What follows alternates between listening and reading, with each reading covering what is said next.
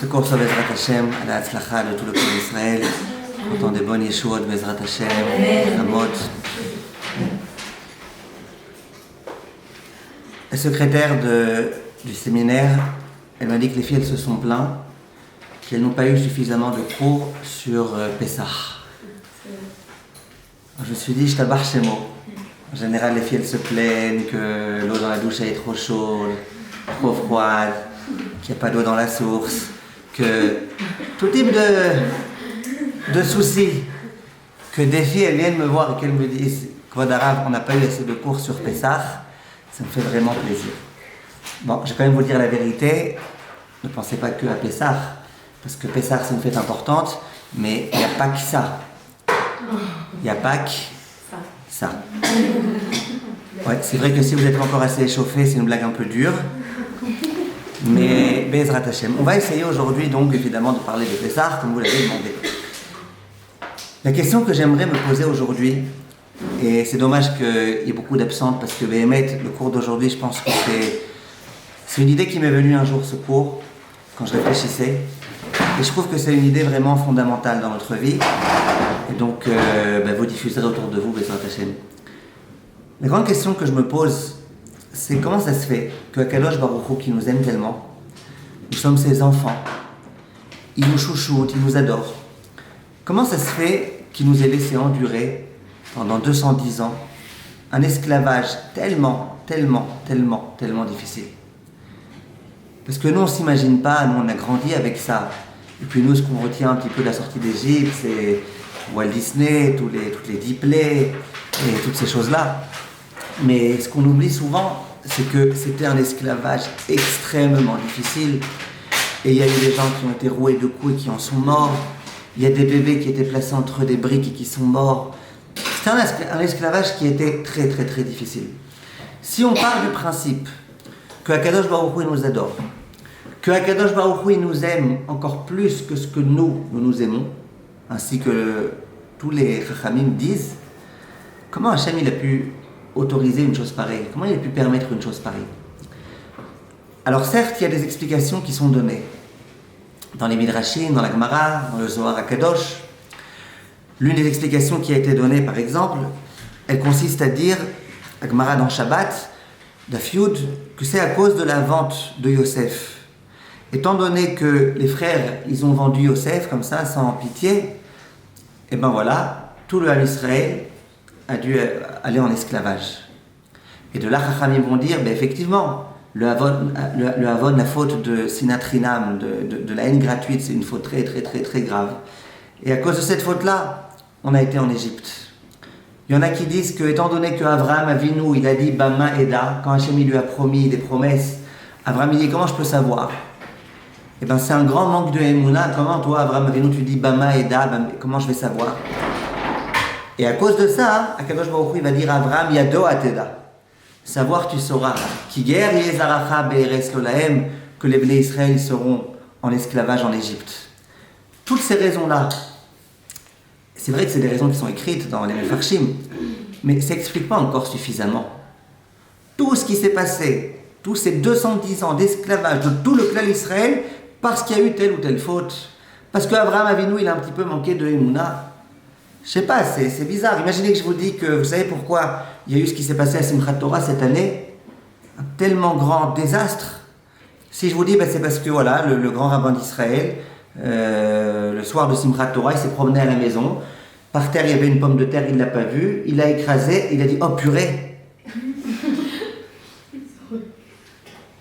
Ok, il a dit purée, le grand rabbin d'Israël, on se serait attendu à ce qu'il ait de la Emouna. C'est une raison. C'est une raison qu'il y a eu des milliers de morts. C'est incompréhensible. Et là, on a affaire à un esclavage en Égypte tellement difficile. On dit parce qu'Abraham Avinu, il a dit purée. Il a dit, mais comment je vais savoir? C'est incompréhensible. Il faut qu'on essaye donc de se poser la question, de comprendre. C'était quoi ici le rôle de cet esclavage, de cette souffrance? Et si on peut prendre cette idée et l'extrapoler un petit peu, toutes les souffrances que nous sommes en train de vivre, tout ce qu'on a vécu cette année terrible, tout ce qu'on est encore en train de vivre, je ne sais pas si vous savez, mais le monde entier est contre nous. Jusque-là, on avait la sympathie de certains pays. Le monde entier est contre Israël. On est dans une situation d'impuissance, une situation de souffrance, une situation dans laquelle on ne sait plus quoi faire. On est dans le désarroi le plus grand. Et à titre particulier, vous entendez les souffrances qu'il y a. La semaine dernière, il y en a un au collège dans lequel j'étudie. Il a quel âge? Il est jeune, 10 ans plus que moi peut-être. Il a été dormir, il ne s'est pas réveillé le lendemain. Un jeune homme, il n'était pas malade, il n'avait rien du tout. Il ne s'est pas réveillé le lendemain. Hier soir, j'ai entendu une nouvelle de la famille, je connais l'une des membres de la famille. Ils sont revenus Motsei Shabbat d'un Shabbat Ratan. Et il y a eu un accident, Hashem Yirachem, Hashem Yishmor, avec des enfants, et l'un qui est dans le coma, et l'autre qui est machin, Hashem Yirachem, Hashem Yishmor, Hashem il leur envoie la réfoua chez les mains. Pourquoi tellement de souffrance? Qu'est-ce que ces souffrances, elles viennent? Qu'est-ce qu'elles viennent nous donner? Qu'est-ce qu'elles viennent nous apporter? Et tout le monde, qui est-ce qui peut aujourd'hui vous dire qu'il n'a aucune souffrance, que tout va bien? Entre ceux qui ont des problèmes gravissimes de Shlom Bayit. L'autre jour, elle m'a dit, mon mari et moi, on passe notre temps à se hurler dessus. Je dis, bon, moi, ça veut dire que vous entendez bien. On essaie de faire des blagues, hein, qu'est-ce qu'on peut faire? C'est terrible. Et les divorces, et les problèmes d'éducation, et tous les problèmes. On va essayer aujourd'hui, Bezrat Hashem, de se poser la question, en se servant bien évidemment de Pessah et du Klal Israël, pour essayer de comprendre qu'est-ce qu'Akadosh Baruch Hu, il veut nous enseigner. Pour ce faire, j'aimerais vous poser une très grande question. Voilà, aujourd'hui on va oser poser des questions, d'accord? On est en comité restreint, on va poser des questions, on va oser poser des questions. Donc j'espère que vous êtes suffisamment ouverts aujourd'hui pour qu'on puisse poser des questions sans se gêner. J'aimerais prendre le cas d'un homme, l'un des hommes les plus connus au monde, tout le clan d'Israël. Il s'appelle Moshe Rabbeinu, vous avez entendu parler. Sarah Joël. D'accord? Et j'aimerais qu'on réfléchisse un tout petit peu à son enfance, à la façon dont il a grandi.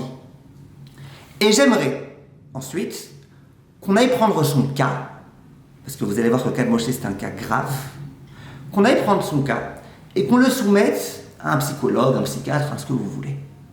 Et qu'on demande à un psychologue, à un psychiatre, dis-moi, un enfant qui a été éduqué comme Moshe Rabbeinu, combien de chances tu lui donnes pour devenir un grand homme? En venez, on réfléchit ensemble. J'espère que vous avez un peu d'expérience. C'est quoi les psychologues, les psychiatres, toute la psychologie moderne et tout. Venez, on réfléchit. Moshe Rabbeinu, il est né dans une période dans laquelle c'était le stress général. Le stress général dans toute l'Égypte. Les Juifs, ils étaient terrorisés. C'était un moment pas facile. Il n'a pas eu un bon moment dans le ventre de sa maman. C'est le moins qu'on puisse dire. Il va naître, et au bout de 3 mois, sa mère, elle va l'abandonner. Elle n'avait pas le choix, mais elle va l'abandonner. Moshe Rabbeinu, il va être abandonné. Il va être jeté où? Dans le Nil. Tout seul, abandonné, tout seul. La Torah, elle va raconter qu'il va gémir et il va pleurer, le pauvre, il est tout seul, il est complètement désespéré, qui va lui donner à manger, qui va quoi que ce soit, désespéré, il crie, il hurle. Moralité, qui est-ce qui va venir le prendre et l'adopter? Quelqu'un qui n'est pas sa mère, quelqu'un qui est la fille du plus grand persécuteur du clan d'Israël, une Égyptienne qui n'a aucune connaissance en Dieu et en Torah et en quoi que ce soit, et il va grandir là-bas. Une fois qu'il va grandir, il va un jour rendre un compte à un Égyptien, toute l'Égypte va lui courir après. Mon cher Rabbeinu va devoir s'enfuir, il va s'enfuir tout le temps. Toute sa vie, Moshe Rabbeinu, il va être pourchassé. Toute sa vie, depuis le moment où il est né, il va naître dans des conditions Hashem Yishmor. Et toute sa vie. Bon, tu vas demander à des psychologues, des psychanalystes, à Freud et compagnie, demande-leur à ton avis. Ne leur dis pas que Bassov c'est devenu Moshe Rabbeinu. Demandez-leur, un bébé qui est né dans telle condition, qu'est-ce qu'il va devenir? Un bon psychanalyste te dira, dans le meilleur cas, il deviendra Mowgli. C'est moi Mowgli. Dans la jungle, j'ai grandi. Oui ou non? Vous connaissez pas? Si. Au pire des cas, je sais pas, peut-être qu'il va devenir un coton-tige. Je sais pas. Qu'est-ce que tu veux qu'il devienne? Un homme comme ça, qu'est-ce que tu veux qu'il devienne? Vous êtes d'accord avec moi? C'est évident. Et ils vont t'expliquer, ils vont te dire, mais regarde, la phase la plus importante, c'est quand tu prends ton petit bébé dans tes bras et que tu l'allaites, et que tu lui dis, moi chéri. Ouais, C'est ça le plus important. Lui, il n'a pas eu mon chéri, lui, il a eu rien du tout, il a été abandonné, il était tout seul. Imaginez-vous un petit peu ce que Moshe Rabbeinu, il est censé devenir. Imaginez-vous un tout petit peu. Eh bien, je pense que si vous posez cette question Béhémet aujourd'hui, un psychologue, psychiatre bien formé, bien dans sa peau, ce qui est assez rare, je pense que c'est la réponse qui vous dira. Alors, je ne suis pas en train de dire que j'y crois à 100% au psychiatre, mais je suis en train de vous dire une réalité. Une fois, quelqu'un, il a dit, moi, on voyait qu'il était un peu dérangé comme ça. Il dit, moi, vraiment, à l'âge de 15 ans, je faisais pipi au lit et j'avais très honte et tout. Bon, alors voilà, j'ai suivi 3 ans de psychanalyse. On lui dit, alors ça va mieux. Il dit, ben voilà, aujourd'hui, je fais toujours pipi au lit, mais au moins j'en suis fier. Ok.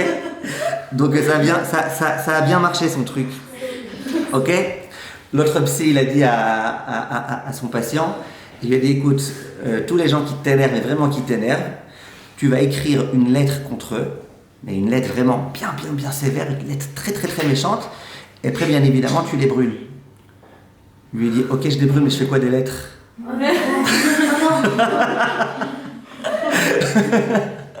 Ok. Donc, c'est pas que j'y crois pas. Ma mère, elle est psychiatre, donc je peux pas me permettre de faire trop de blagues contre les psychiatres. Vous voyez les séquelles, d'accord? Donc, ce que je veux juste vous dire, c'est que c'est ça que les gens ils diraient à propos de Moshe Rabbeinu. Je pense que vous êtes d'accord avec moi. J'aimerais prendre un deuxième exemple. Un exemple dramatique. Cet exemple, c'est David Amelech. Vous avez entendu parler de David Amelech? Les Français, ils adorent donner ce prénom à leurs enfants, David. Quand tu te promènes en Israël et que quelqu'un, ou son mari, Brocha Abba, et que tu dis quand une femme française, elle a soit son mari, soit son enfant qui s'appelle David, tu remarques à 250 000 km que c'est une Française. David! Je vous promets, les Israéliens, ils reconnaissent tout de suite. David! D'accord? Chez les Israéliens, c'est David. Alors bref, David Amelech, j'aimerais un tout petit peu qu'on essaye de réfléchir. Nous, on connaît de David Amelech, c'est devenu le roi d'Israël, que c'est un grand tzaddik, et qu'il a écrit les Tehillim Blénara pour lui, et qu'il a fait des grandes choses dans sa vie. Le Midrash, il nous raconte exactement d'où il vient David Amelech. Le Midrash raconte la chose suivante, et c'est écrit dans tous les textes, c'est pas tous les textes, que David Amelech, quand il est né, ses frères, ils l'ont haï. Ses frères, ils ont voulu le tuer. Ses frères, ils l'ont traité de mamzer, de bâtard. Pourquoi? Je ne sais pas si vous connaissez l'histoire, je vous la fais rapidement. Le père de David, c'était Ishaï. Ishaï, c'était un très grand tzaddik. On nous dit qu'il y a 4 hommes qui n'ont jamais fauté de leur vie. Ishaï fait partie de l'un d'entre eux. Donc Ishaï, c'était un très grand homme. Ishaï, il descendait de Ruth à Moavia. Donc Ruth a été moabite. Et comment il avait eu le droit de se marier avec elle?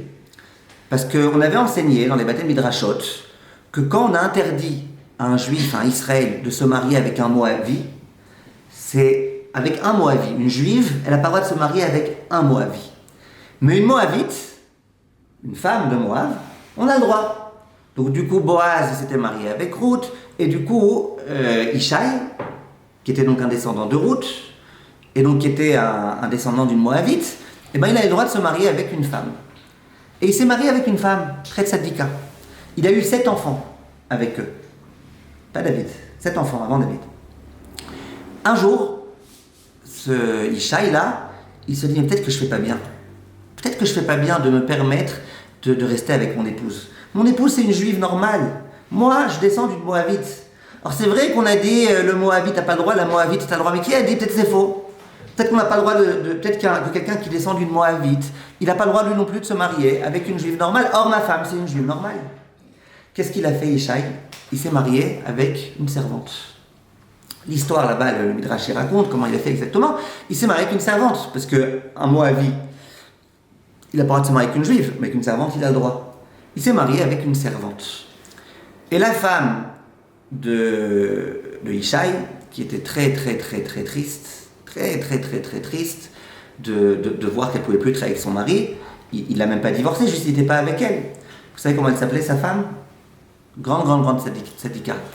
Elle s'appelait Nitzevet Bat Adiel. Nitzevet Bat Adiel, et il est écrit dans le livre Pachad Yitzhak que c'est une très grande ségoula de dire 17 fois son nom pour que notre tfila, elle soit écoutée.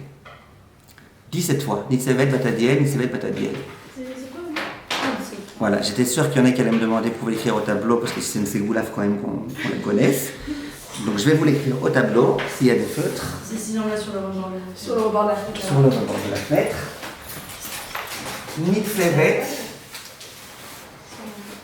D'accord, si vous cherchez un nom pour votre fille. Et en plus ça se porte. Nitzevet Bat Adiel. Vous répétez ça 17 fois.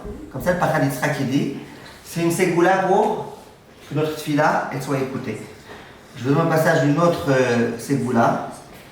Vous dites 26 fois.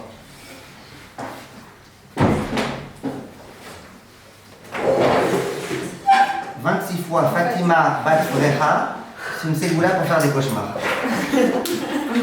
Non, ça c'était une blague, hein. Le deuxième c'est une blague. Alors, Nitzevet Bat Adiel, c'était qui? Qui est-ce qui peut me rappeler? La mère de David. C'était la femme de Ishaï. Et Ishaï, étant donné qu'il a décidé de se séparer de sa femme, puisqu'il est. Hein? Gisèle, c'est la fille de Ruth et la mère d'Eldemer. Ah, on va voir si c'était sa mère ou pas. Pour l'instant, Nitzevet, c'était. La descendante. C'est la femme. Non, elle n'a pas de Ruth. C'est Ishaï. Ishaï descend de Ruth. Et Nitzevet, c'est sa femme. Nitzevet, c'est sa femme, son épouse. Nitzevet, elle va languir Ishaï. Un jour, qu'est-ce qui va se passer? La servante de Ishaï, elle va tellement avoir de la peine de Nitzevet qu'elle va faire un peu une histoire un peu à la Rachel et à la Léa, vous vous rappelez? Et elle va dire, allez, je te donne ma place. Moralité, Ishaï, il va avoir une relation avec une femme qui va penser être sa servante, mais en fait c'était qui? Sa propre épouse. Et sa propre épouse, comment elle s'appelle? Nitzevet, elle va tomber enceinte. Au moment où tout le monde va s'apercevoir qu'elle est enceinte, ils vont dire, mais elle est folle celle-là, quoi. Elle a trompé son mari. Comment elle est tombée enceinte? Lui, il n'a pas de relation avec elle. Lui, il a des relations, Ishaï, qu'avec la servante. D'où elle est tombée enceinte, cette Nitzevet? D'où elle est tombée enceinte? Et les gens, ils ont commencé à la traiter de tous les noms, à penser qu'elle était infidèle. Tout le monde parlait contre elle. Même quand elle allait au supermarché, on lui demandait pas si elle avait une carte de fidélité. Bref, rien. Les gens, ils ont commencé à la traiter de tous les noms. Le 9e mois arrive, dit le Midrash, tous les frères de David, tous les fils de Nitzevet et de Ishaï, ils disent à leur père, papa, on la tue. Alors, regarde ce qu'elle a fait, elle t'a trompé, elle est enceinte maintenant d'un bâtard, d'un mamzer, on la tue elle et lui. Ishaï va dire, je vous en supplie s'il vous plaît, ne la tuez pas, mais vous inquiétez pas, le bébé qui viendra, qui effectivement c'est un bébé qui est venu d'une tromperie, et bien ce bébé-là, il sera un serviteur et on l'enverra faire paître les animaux, et etc., etc. Le fils qui est né, c'était qui? David. David, depuis le jour où il est né, il a été complètement exclu de la famille. Le Midrash dit qu'on l'a envoyé lui pour paître. Vous vous rappelez, on avait dit un jour que David Amelech, il faisait paître les troupeaux. Pourquoi il a été envoyé pour faire paître les troupeaux d'Israchamim? Parce qu'ils se sont dit Alva, et que quand on l'envoie pour faire paître les animaux, qu'il y a un lion qui le mange, qui le dévore, un ours, et qu'on en finisse avec lui. Il était haï, il était détesté, il était traité de tous les noms. Personne ne le reconnaissait. Il était vraiment complètement jeté de tous. À tel point que quand vous ouvrez, par exemple, les Teilim, David Amelech, il dit « Mouzar haïti le'echai » J'étais bizarre à mes frères, aux yeux de mes frères. « Venochri libneimi » Et j'étais étranger au fils de ma mère. C'est-à-dire mes frères. J'étais étranger à mes frères. Mes frères ne m'ont pas reconnu, ils ne pensaient pas que j'étais leur frère. Ils ne pensaient pas, ils pensaient que la mère, elle les avait trompés. Dans un autre passage qui dit « Nishkarti kemet milev » J'ai été oublié, abandonné comme un mort et abandonné du cœur. Haïti kikli oved. J'étais comme un instrument, un ustensile perdu. David Amelech, il a souffert. Et vous savez jusqu'à quand il va souffrir? Pendant 28 ans. Au bout de 28 ans, quand Shmuel Hanavi, il va entendre de Dieu qu'il va falloir nommer un roi, et que ce roi, c'est l'un des enfants de Ishaï, et que Shmuel Amelech va s'adresser à Ishaï, il va lui dire, regarde, il y a un de tes enfants qui doit être roi. Et que Ishaï va dire, Bakasha, j'en ai 7. Shmuel, il va dire, non, ni lui, non, j'ai pas d'intuition là que c'est lui, non. C'est sûr que c'est pas possible. Dieu, il m'a dit que c'était un fils à toi, et voilà, c'est aucun d'entre eux. Et là, Ishaï va dire, bon, tu sais, la vérité, il y a un autre enfant, vraiment un doute si c'est mon fils ou pas, tu sais. Ishaï dit, ben amenez-le. Et on fait venir David Amelech. Et David Amelech, il vient avec toute son humilité, toute sa modestie. Et là, Shmuel, il va dire, ah, c'est lui. Ça y est, Dieu, il m'a fait entendre que c'est lui. C'est lui qui va devenir le roi d'Israël. Et d'un coup, au bout de 28 ans, eh ben, tout va commencer à s'élucider. Et tout le monde va comprendre que finalement, c'était effectivement pas un mamzer, mais que c'était le fils de sa mère et de son père. Et que sa mère, elle avait trompé personne. Au bout de 28 ans, ça s'est révélé. Jusque-là, tout le monde. Et jusqu'à l'âge de 28 ans, quand son père, il parlait de lui dans le passouk là-bas, il l'appelait le petit, genre le minable. Moi, quand j'avais 4 ans, il y a des gens qui me disaient, ça va mon grand?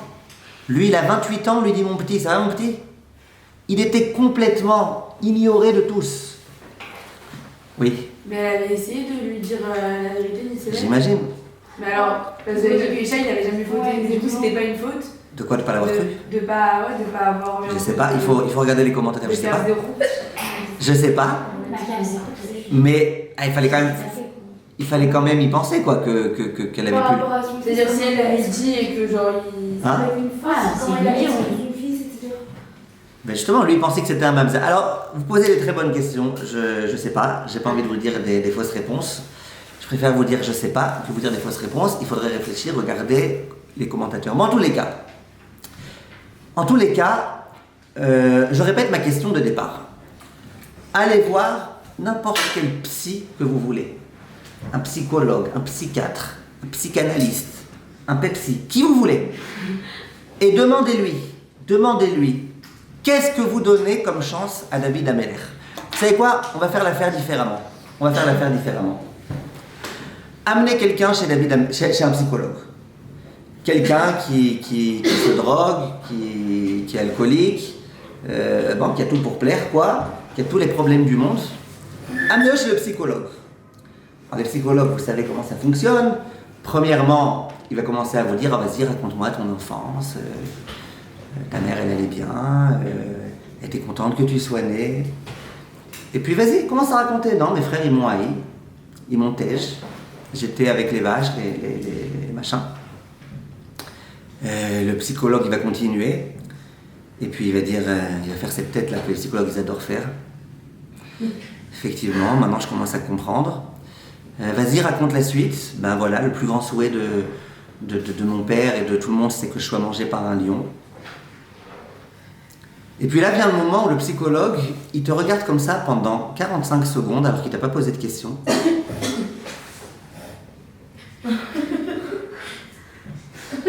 Toi, tu sais pas quoi faire et il continue à te regarder. Alors souvent, quand on raconte des blagues sur les psychologues, les filles, elles n'aiment pas rigoler parce qu'elles se disent, si on rigole, le Rav, il va croire qu'on a déjà été chez des psychologues. Mais papa, on sait que tu as déjà été. T'inquiète pas, code Besséder. 45 secondes, c'est pas ce qu'il veut. Et à la fin, il va te dire, j'ai tout compris.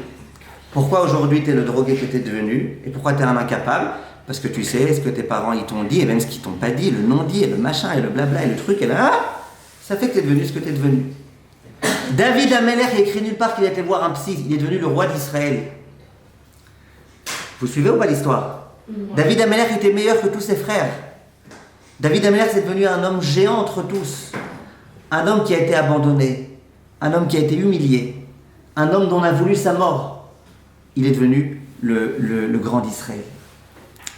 Alors ce que j'aimerais, Be'ezrat Hashem, déjà dans un premier temps, comprendre, c'est que vous voyez bien que Moshe Rabbeinu, David Amelech, alav shalom, on aurait pu se dire que vu la naissance qu'ils ont eue, l'enfance qu'ils ont eue,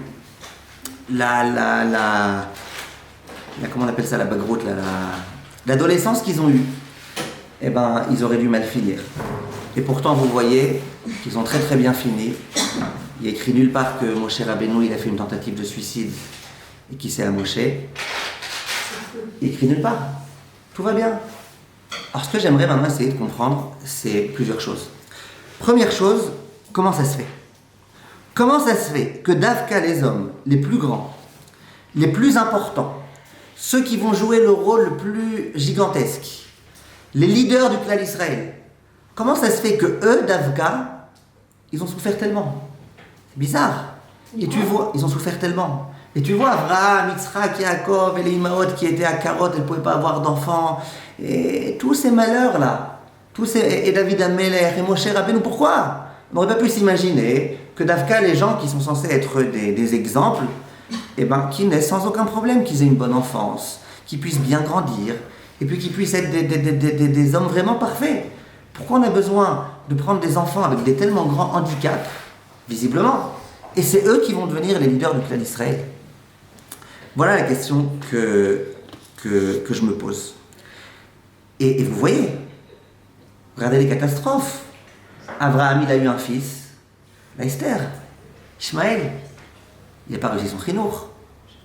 Yitzhak, il a eu un fils, Esav, Esther.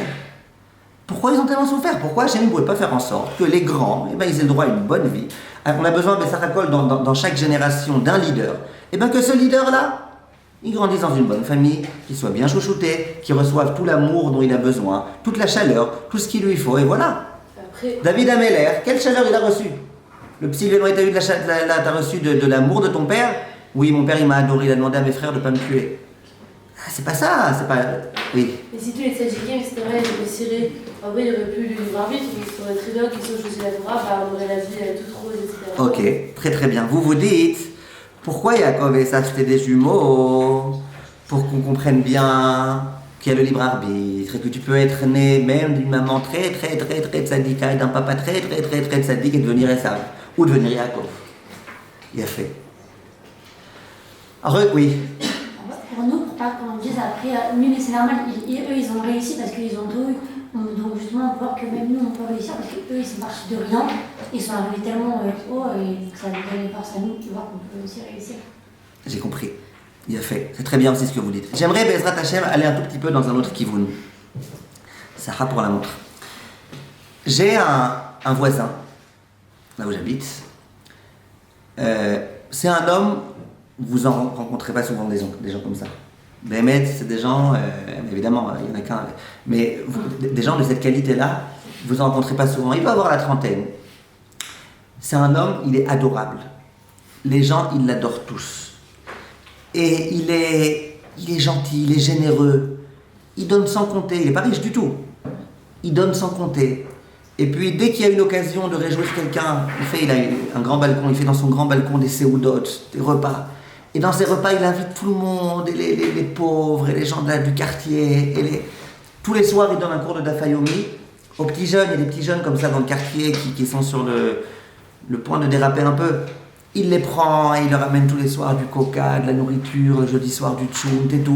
Il étudie avec eux et il leur donne l'amour de la Torah. Dès que quelqu'un a un souci de shlom bayit, quoi que ce soit, ils viennent le voir. C'est un jeune, mais il est intelligent, et il est gentil, il est chaleureux, et il est très costaud et grand de taille, et il est très gentil, très très très gentil. C'est quelqu'un, je me rappelle une fois, je donnais un cours en Zoom et je parlais de lui pour je ne me rappelle plus à quel sujet. Et il y avait dans ce même Zoom un Français qui habite dans mon quartier et qui venait de faire la Aliyah. Et il a intervenu dans le Zoom. Il dit oui, je sais de quoi vous parlez. Il dit vous savez, la première fois qu'il m'a vu, il m'a dit viens, je t'invite ce vendredi soir à la table de Shabbat. Si tu viens de faire ta Aliyah, je t'invite ce vendredi soir. Moi, je savais qui était venu cet élève, j'avais pas encore eu le temps de m'inviter. Ce voisin qui est ni français ni rien du tout, il a vu un nouveau qui vient de France, qui arrive, il l'invite. Quelqu'un vraiment, un Baal Chesed extraordinaire. Il a aussi un petit peu appris de ses parents d'être un Baal Chesed. Il m'a raconté que ses parents, ils ont une très très très très très très grande terrasse. Et là-bas, chaque année à Sukkot, ils font une très très grande soukha. Et non seulement ils font une soukha, mais ils mettent dans tous les journaux et dans toutes les annonces, il dit s'il y a des gens qui veulent faire une Brit Mila ou une Seouda pendant Sukkot et qui n'ont pas de place, parce qu'il n'y a pas de Sukkot assez grande, qui viennent faire dans votre soukha. Combien ça coûte? Évidemment gratuit. Et il dit, mais c'est pas tout. Ma mère, comme ça il m'a dit une fois, elle pose une condition. Elle dit, j'accepte que vous fassiez votre repas dans ma souka, mais une condition. C'est que vous me permettiez à moi de préparer tout le repas. Vous voyez un petit peu le chesed. Bref, ce garçon-là, donc c'est quelqu'un de très très bien, il étudie la Torah toute la journée, il est en dehors du temps qu'il aide les autres. Un jour il m'a raconté, il m'a dit, tu sais, quand j'étais jeune, quand j'étais enfant, j'ai eu une enfance très très très très difficile.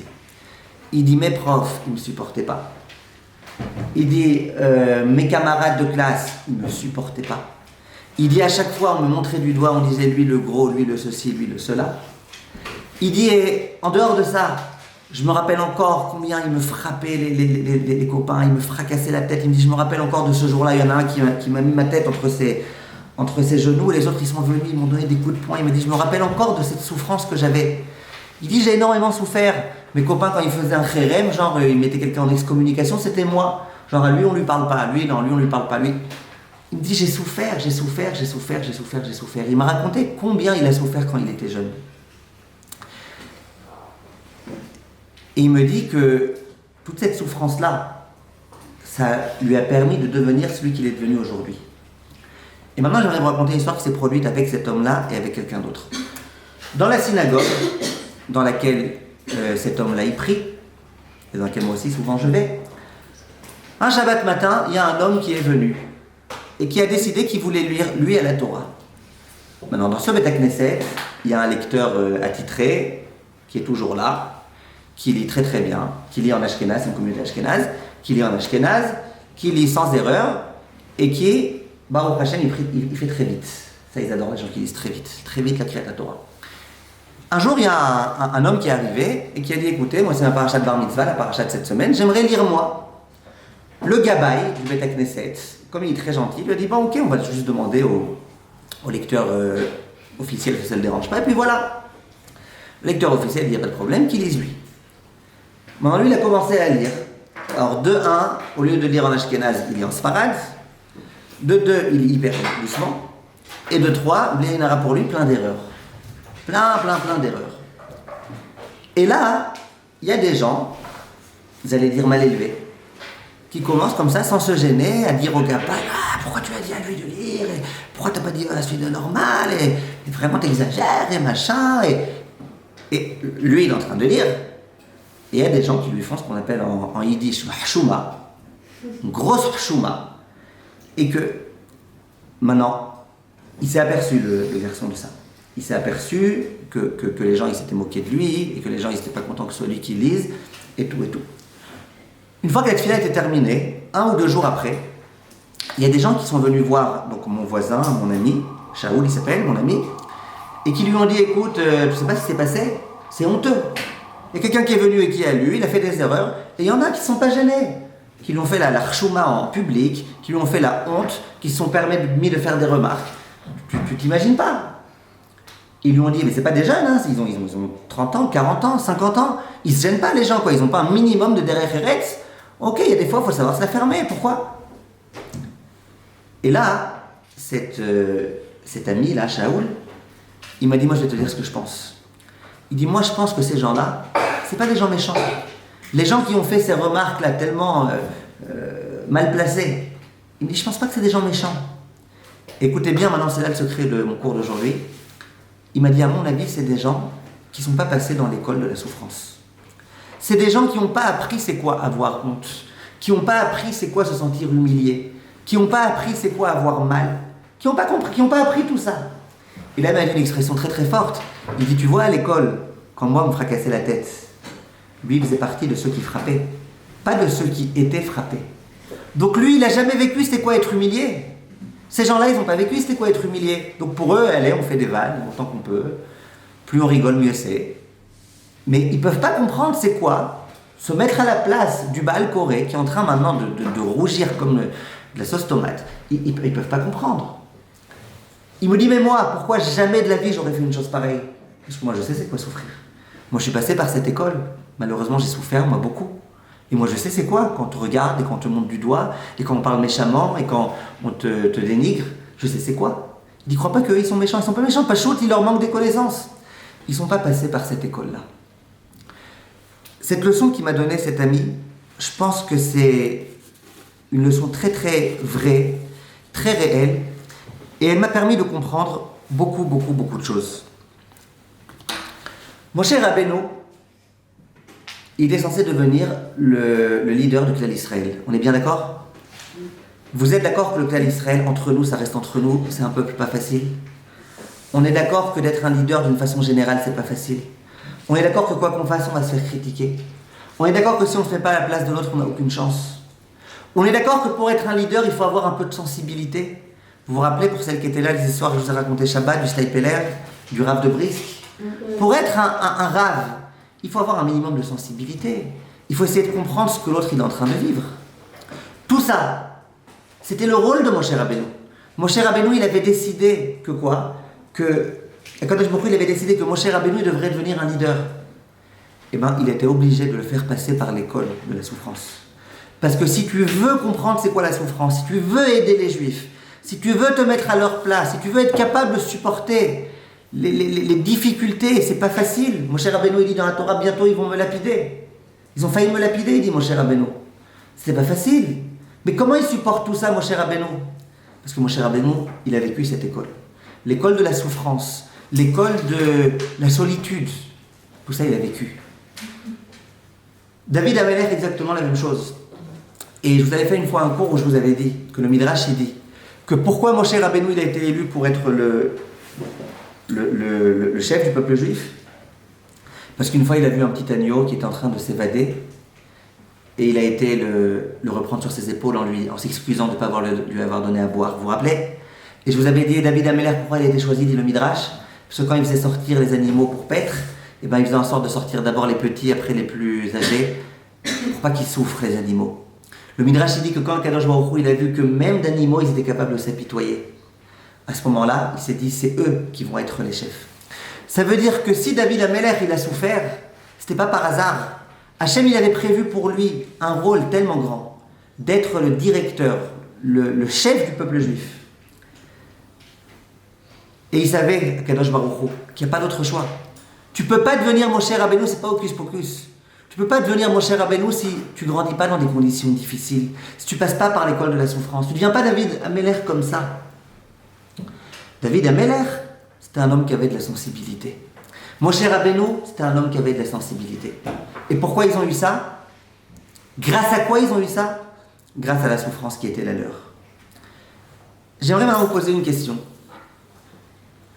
Que toutes les filles qui aimeraient avoir le Olam Haba de Moshe Rabbeinu lèvent la main. Mais il y a de quoi? Que toutes les filles qui aimeraient avoir le Olam Haba de David Amelech, non pas la couronne du roi, le Olam Haba de David Amelech, qu'elles lèvent la main. Sans exception. Hein. Que toutes les filles qui veulent avoir le Olam Haba de Nasrallah lèvent la main. Personne n'a levé la main. Le chef du Hezbollah.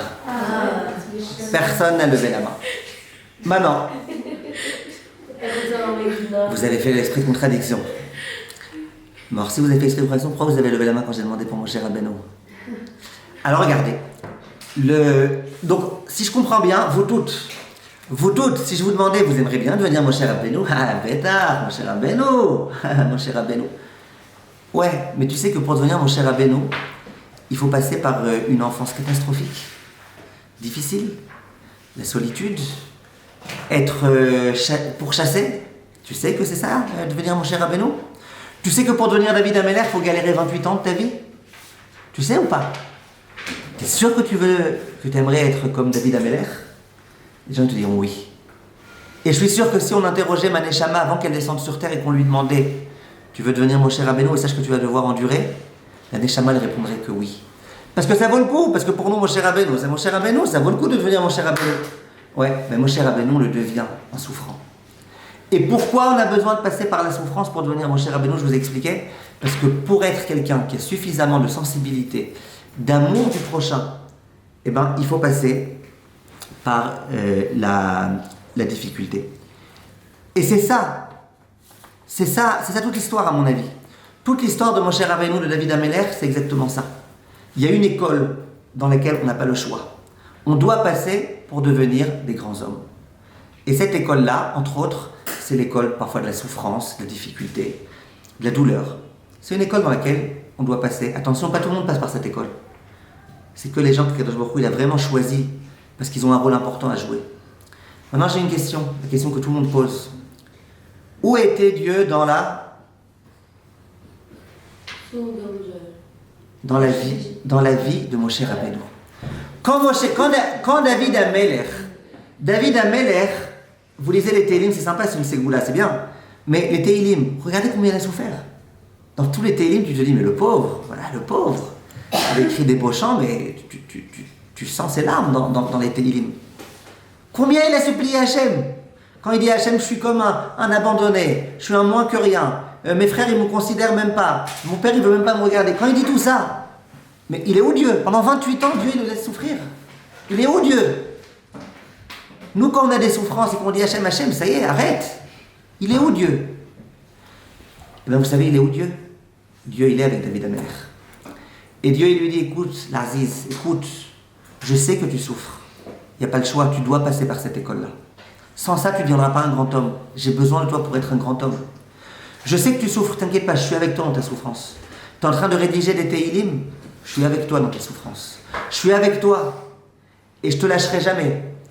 Et sache que chaque instant, chaque souffrance, je suis en train de te mettre des perfusions de Doliprane et d'antidouleur.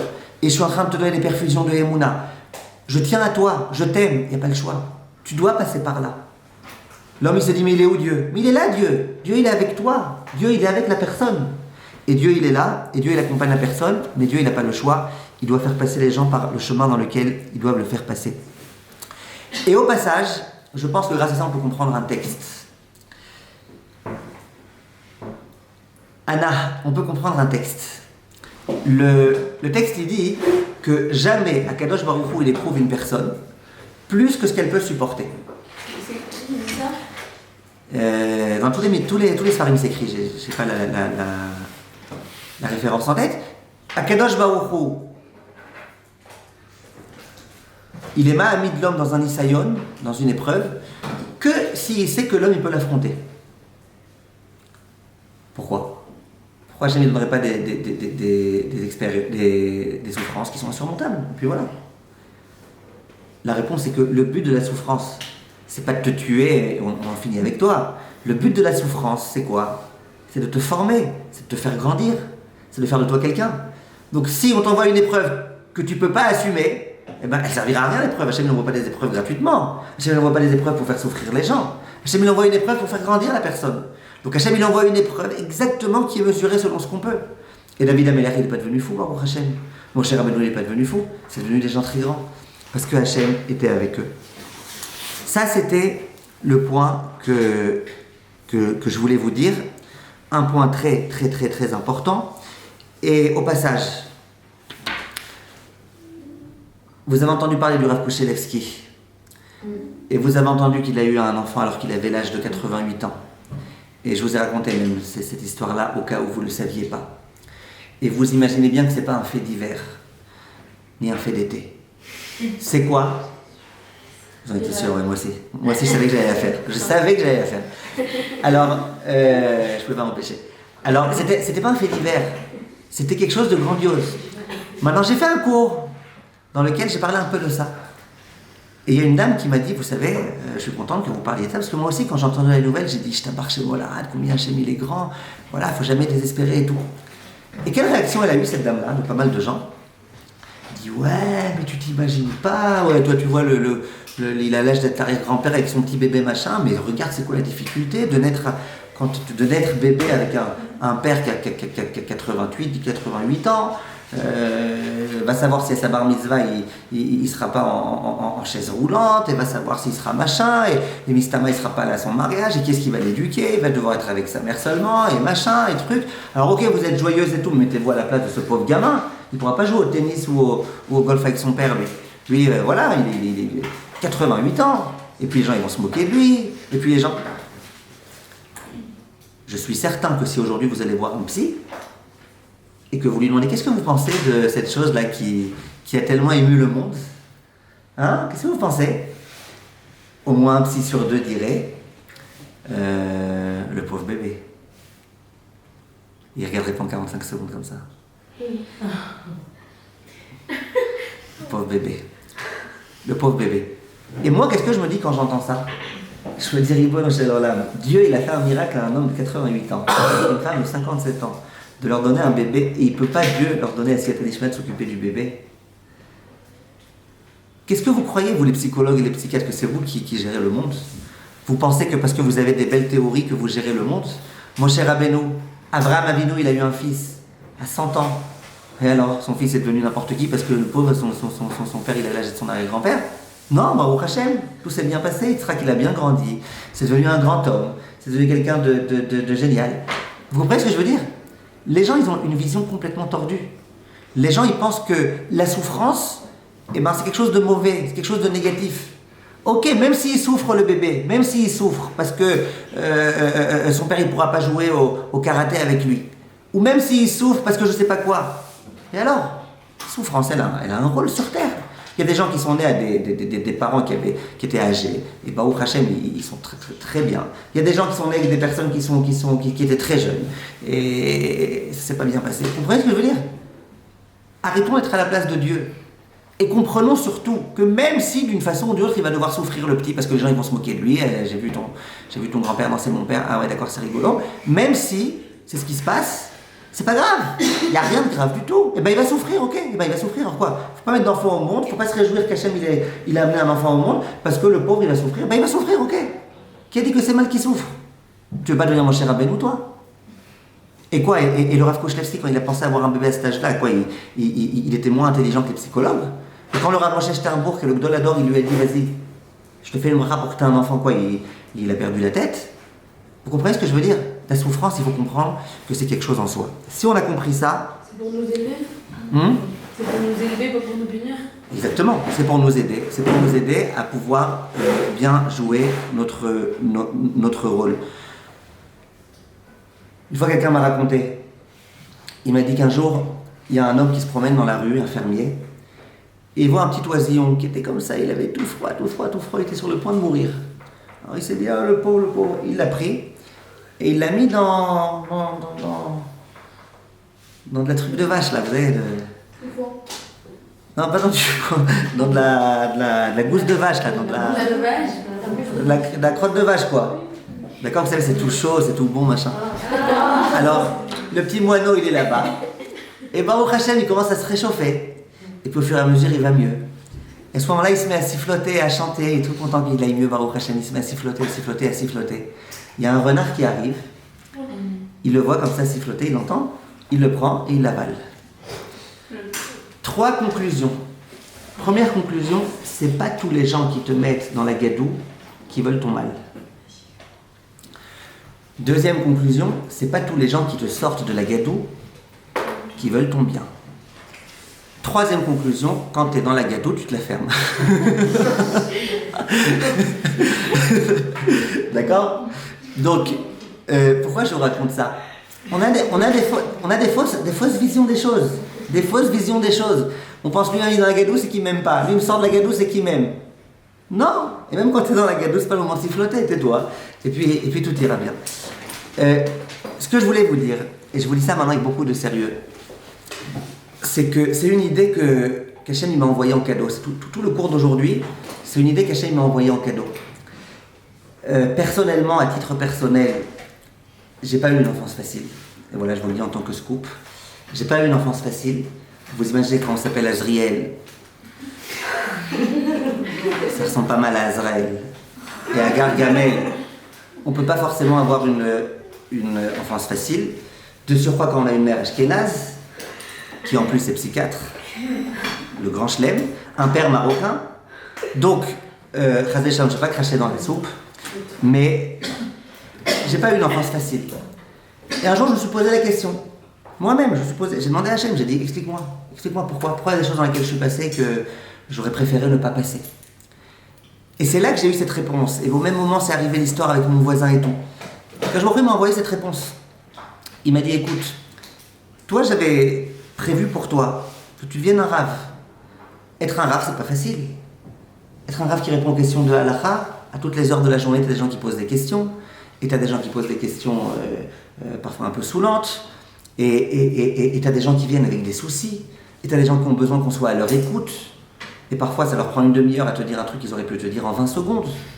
Et toi, tu aimerais leur dire je suis pas psychiatre, mais pourquoi ne pas faire du chesed?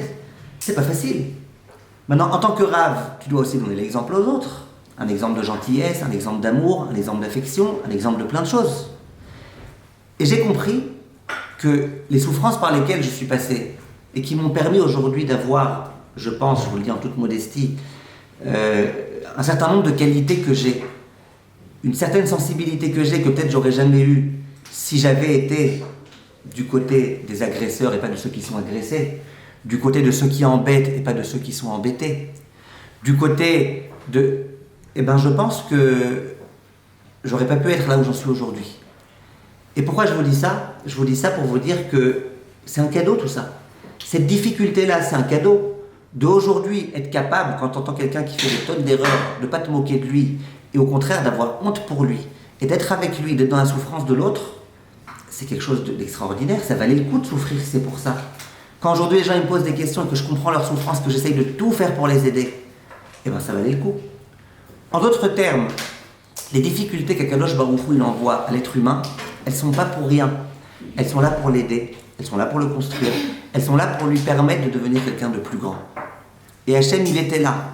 Et quand le petit bébé, le petit garçon, le petit enfant, mon voisin, il pleurait, il disait Hachem, Hachem, fais quelque chose. Hachem, il était là. Hachem, il disait, il faut que tu passes par ça parce que tu as des grandes choses à faire dans ta vie. J'aimerais revenir rapidement à Pessah et au Klal Israël. Le Klal Israël a souffert énormément. Juste au passage, j'aimerais vous dire que c'est pas parce que la souffrance est une valeur en tant que telle qu'il faut exagérer et faire souffrir les autres. Une fois, il y a une femme, c'était le soir de la veille de Pessah, de l'Abdikat Hametz, donc elle a caché les morceaux de pain, et bon, son mari, il a beau chercher et tout, il n'a trouvé que 9. Alors la femme, le mari dit, je sais pas quoi faire, voilà, c'est tout ce que j'ai trouvé. La femme dit, ah non, il faut trouver les 10, machin, appelle le rave. Alors il dit, appelle-le toi. La femme, elle appelle, allô rave, voilà, regardez, mon mari, ça fait 1 heure qu'il cherche, il a trouvé que 9 morceaux, vraiment, on ne sait pas quoi faire, il n'a pas trouvé le 10e, qu'est-ce qu'il faut faire? Le rave dit, bah écoutez, c'est vraiment un grand problème, un vrai problème de halakha et tout, il reste un morceau qui n'a pas été trouvé, c'est un vrai problème. Dites-lui qu'il a cherché encore pendant 1 heure et vous aussi aidez-le, que toute la famille l'aide, il faut vraiment l'aider. Alors bref, le mari il cherche, il est minuit, la femme elle retéléphone, elle dit écoutez Rav, voilà, mon mari a toujours pas trouvé, machin, même mes enfants ils l'ont aidé, il a toujours pas trouvé, qu'est-ce qu'on fait? Rav il commence à dire mais il y avait un kazaïd dans chaque morceau, il n'y avait pas kazaïd, c'était avec de l'aluminium, machin, mais c'est vrai, il a toujours pas trouvé, quoi, oui. Il a tout cherché, il a tout retiré, tout machin. Il dit oui, je vous assure que votre arabe est... Il dit bon, alors, je sais pas moi, alors bon, qu'il cherche encore pendant 1 heure, j'espère qu'il va trouver. Et là, la dame lui dit, dites-moi que votre arabe, je peux peut-être lui dire où est-ce que je l'ai caché, le 10e. Le fait que la souffrance est quelque chose de bien, c'est pas la peine d'exagérer. Maintenant, j'en arrive, s'il vous plaît, t'es bonne celle-là, non? J'en arrive maintenant à l'histoire. Vous avez compris maintenant pourquoi les Ravanim, je vous disais que c'est pas toujours facile pour eux de répondre aux questions. Le Ran, c'était l'un des Rishonim. Lui aussi s'est posé la question. Il dit qu'est-ce qu'ils ont fait comme faute le Ham Israël pour mériter Hashem Mishmor le Shi'amul Mitzrayim. Qu'est-ce qu'ils ont fait comme faute? Qui le rat? Ran, Rabbeinu Nissim. Le Ran, l'un des Rishonim,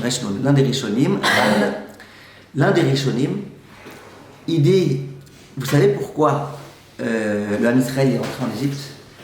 Il dit, cherchez pas les fautes. C'est pas à cause des fautes. Lui dit, moi je pense pas que c'est à cause des fautes. Il dit, Akadosh Baruch Hu, il a rentré le Ham Israël en Égypte. Vous savez pourquoi?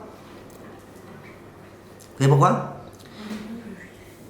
Les Achnia liboteem chez l'Israël, sheiyu reuyim lekabel et Torah.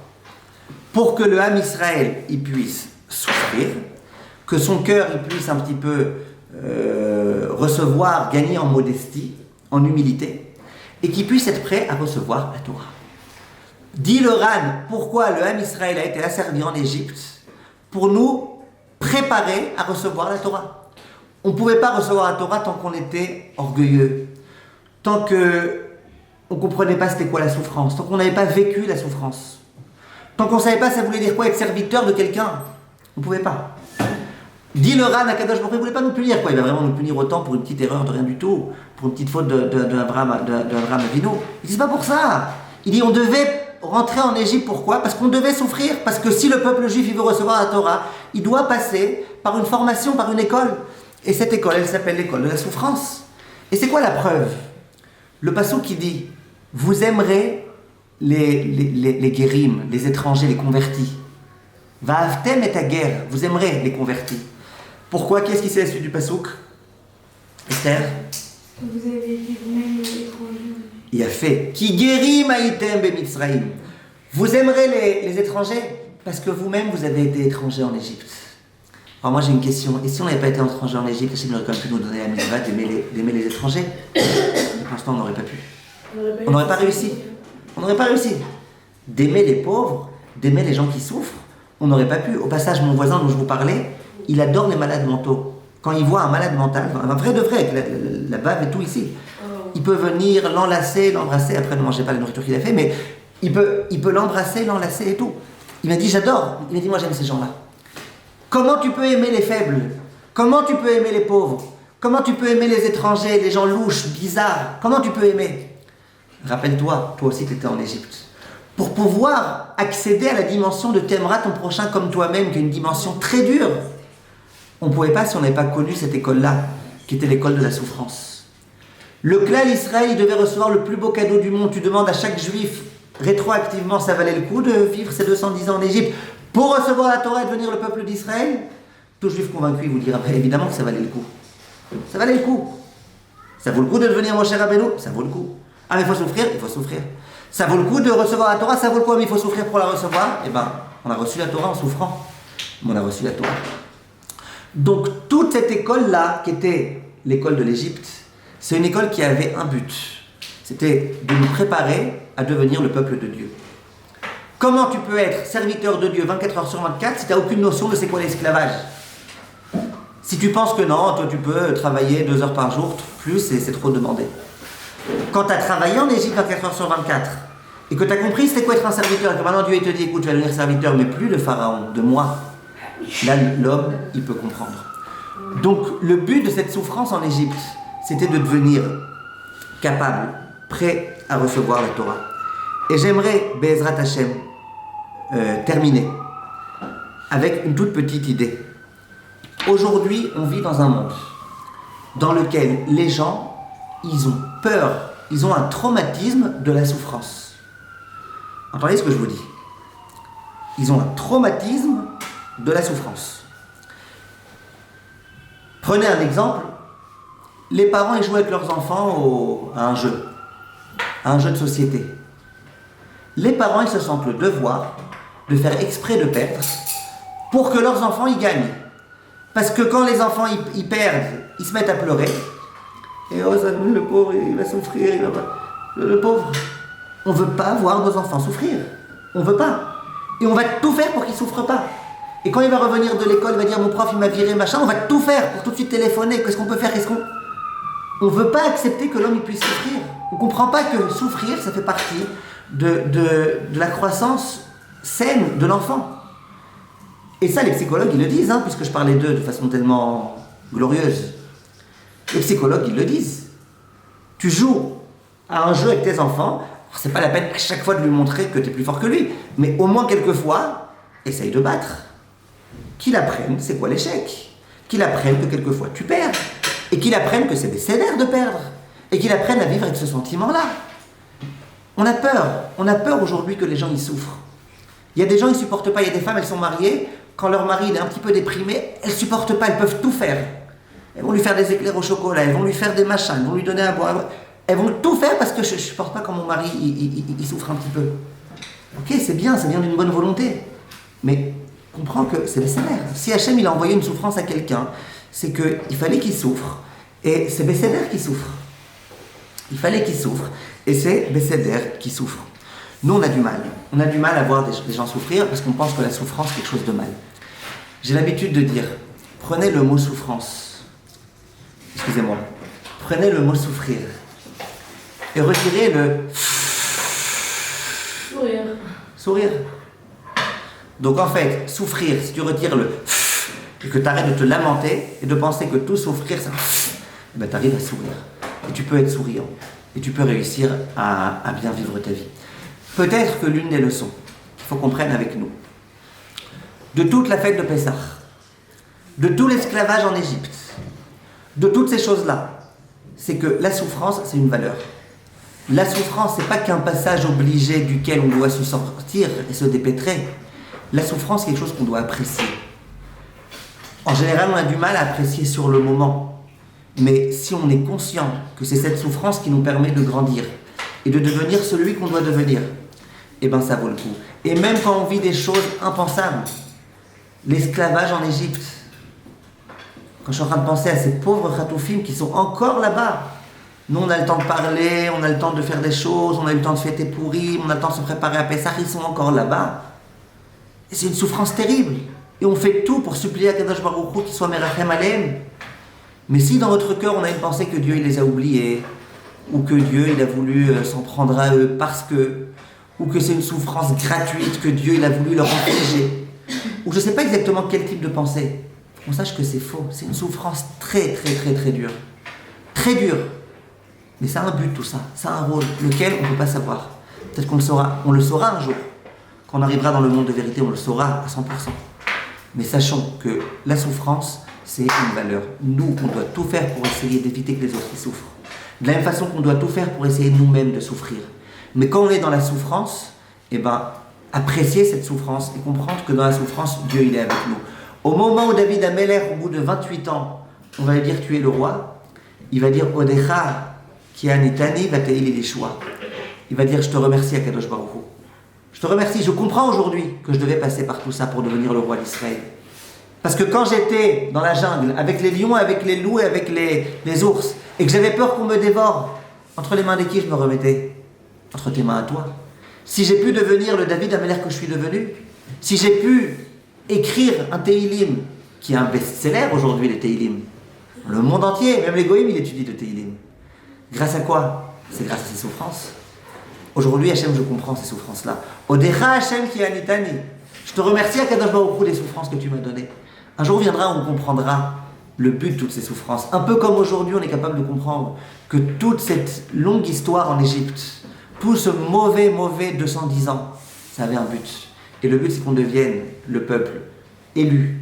Le peuple qui a, n'oubliez jamais de votre vie, les 3 qualités principales du peuple d'Israël, c'est quoi? Rahmanim. Ils ont de la rahmanout, de la pitié, de la miséricorde.